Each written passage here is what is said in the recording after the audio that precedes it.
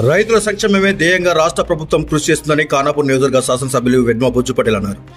మంగళవారం ఆదిలాబాద్ జిల్లా ఊట్నూరు మండలంలోని శ్యాంపూర్ గ్రామంలో గల దాల్ మిల్ వద్ద మార్క్ఫెడ్ ప్రజామిత్ర రైతు మ్యాక్ ఫెడరేషన్ ఆధ్వర్యంలో ఏర్పాటు చేసిన జొన్నల కొనుగోలు కేంద్రంతో పాటు మట్టి పరీక్ష యంత్రాన్ని ప్రారంభించారు. ఈ సందర్భంగా ఎమ్మెల్యే మాట్లాడుతూ రైతులు సేంద్రియ ఎరువులు వాడకంపై దృష్టి సారించాలని పేర్కొన్నారు. రసాయనాల వాడకం వల్ల భూసారం తగ్గి భూమికి తీరని నష్టం జరుగుతుందని అన్నారు. రైతులు తాము పండించిన పంటలను ప్రభుత్వ కొనుగోలు కేంద్రంలోనే అమ్మకాలు చేపట్టాలని సూచించారు. మారుతున్న కాలానికి అనుగుణంగా టెక్నాలజీని వాడి సాగు చేయాలని అన్నారు. పంట పొలాలలో రసాయనాల వాడకాలను తగ్గించాలన్నారు. ఆర్గానిక్ పంటలను పండించాలని సూచించారు. మట్టి పరీక్ష యంత్రం రైతులకు అందుబాటులో వచ్చిందని ప్రతి ఒక్క రైతు ఈ యంత్రం సేవలను సద్వినియోగం చేసుకోవాలని అన్నారు. ఈ కార్యక్రమంలో వ్యవసాయ శాఖ అధికారులు, Jainoor market committee chairman, vice chairman, రైతులు, కాంగ్రెస్ పార్టీ నాయకులు తదితరులు పాల్గొన్నారు.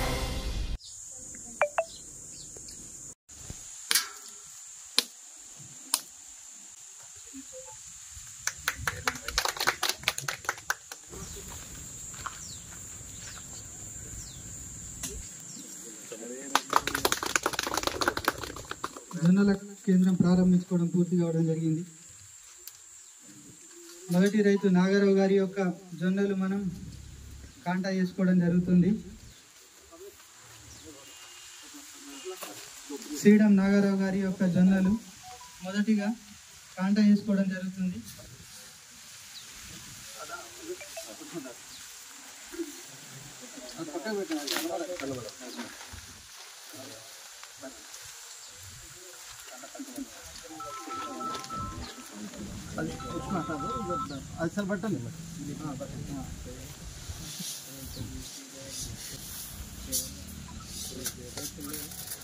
ఈ సాయిల్ టెస్ట్ మిషన్ ని ప్రారంభించడం జరుగుతున్నది.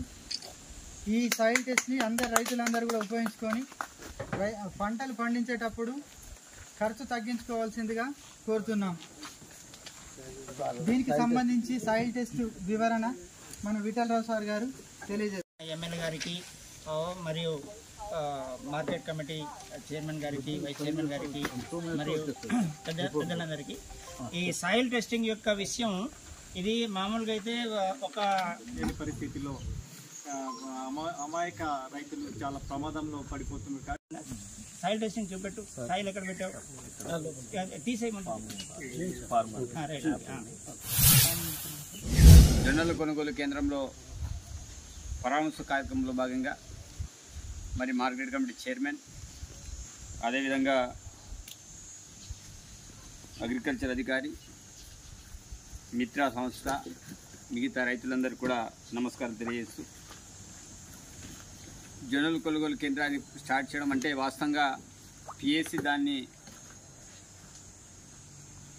వాళ్ళు వీలు చేయాలనుకున్నప్పుడు వాళ్ళు తీసుకునే నిర్ణయం మేరకు కాదు వాళ్ళే మొత్తం చేయాలి అనే కాన్సెప్ట్ తోటి వాళ్ళందరితోటి మాట్లాడిన తర్వాత మరి ప్రత్యేకించి మరి దీనికి సంస్థకి ఇవ్వడం అనేది జరిగింది.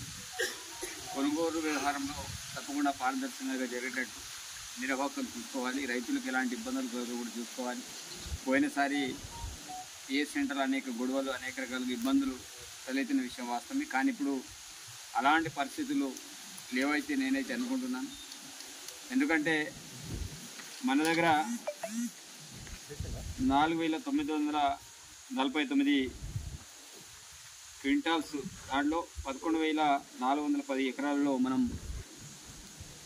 మన జొన్నల్ని పండించడం అనేది జరిగింది. ఈ క్రాప్ రైతులందరూ కూడా వాళ్ళు ఏదైతే టైం ఇచ్చారో ఆ టైంతోనే వచ్చేటట్టు ఎవరు కూడా ఇక్కడ ఇబ్బంది కలగకుండా చూడాల్సిన బాధ్యత నిర్వాహకుల మీద ఉంది. కాబట్టి దానికి మద్దతు ధరగా కూడా మరి ప్రభుత్వ పరంగా ఏదైతే డిక్లేర్ చేశారో ఆ రకంగానే ధర కూడా ఇవ్వడం అనేది జరుగుతుంది. రైతులందరూ ఈ జొన్నలతో పాటు మిగతా పంటల మీద కూడా ఫోకస్ పెట్టి మిగతా పంటలను కూడా సాంప్రదాయ పంటలను పండించడానికి కొంత ప్రయత్నం జరగాలి. ఎందుకంటే మారుతున్న కాలాన్ని బట్టి మనం పంటల్లో కూడా పూర్తి స్థాయిలో మార్పులు జరుగుతున్నాయి. దాంతో చాలామంది తినటి తిండిలో విషాహారంగా ఉండి రోగాల బారిన పడే పరిస్థితి మనకు కనబడుతుంది. అదేవిధంగా ఇప్పుడే మనం సాయిల్ టెస్ట్ సంబంధించిన మిషన్ కూడా ఇనాగ్రేట్ చేశాం. ఆ మిషన్ ద్వారా అనేక రకాల ప్రయోజనాలు ఉన్నాయి. పత్తి పంటకైతే ఎంత కావాలి, సోయాకైతే ఎంత కావాలి, అంటే ఏ మోతాదులో మనం మందులు వేయాలనేది చాలా స్పష్టంగా అప్పటిదప్పుడే 10 నిమిషాల లోపల రిపోర్ట్ ఇవ్వడం ఒక మంచి పరికరాన్ని మన దగ్గర తీసుకురావడం ఒక మంచి శుభపరిణామం. తప్పకుండా అట్లాంటి వాటిని రైతులందరూ కూడా వినియోగించాలి.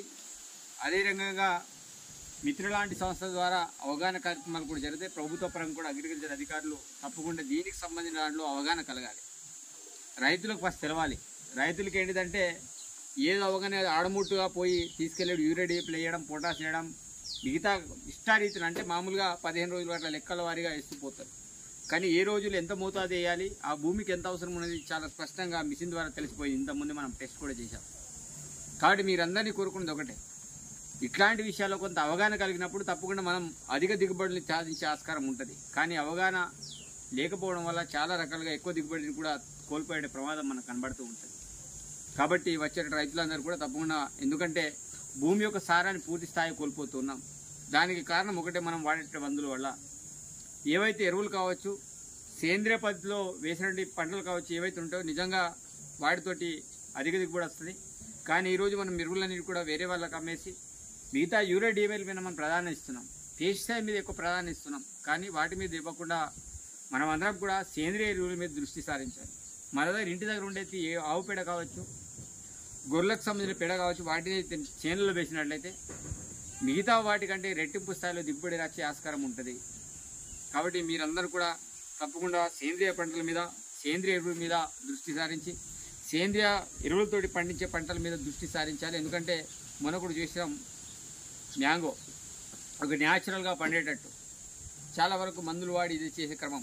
మరి ఉట్టూరు ఐబీ కేంద్రంలోనే మొన్న మామిడి పళ్ళది, అది కూడా స్వచ్ఛంద సంస్థ ద్వారా మొన్న ఇనాగరేట్ చేయడం అనేది జరిగింది. కాబట్టి అదే రకంగా మనం అన్న కూడా మిగతా పంటల విషయంలో కూడా కంపల్సరీ అదే రకంగా మనం పాటించాలి.